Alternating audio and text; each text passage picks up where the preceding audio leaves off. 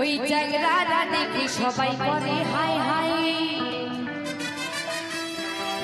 কি বলবো হয় আমার রূপের কথা, কত ঘাইলে কত পালো ব্যথা।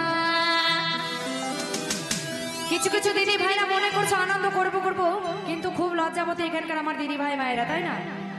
তো এই আনন্দটা কিন্তু আবার 1 বছর পর আসবে। যাদের যাদের আনন্দ করার ইচ্ছা, যারা যারা নাচতে ইচ্ছুক, ওই সাইডে আমার দিদি ভাই তারা অনেক জায়গা আছে, তারা ওইখানে গিয়ে আনন্দ করতে পারো। কেমন? কি বলবো হয় আমার রূপের কথা, কত ঘাইলে কত পালো ব্যথা। ও রে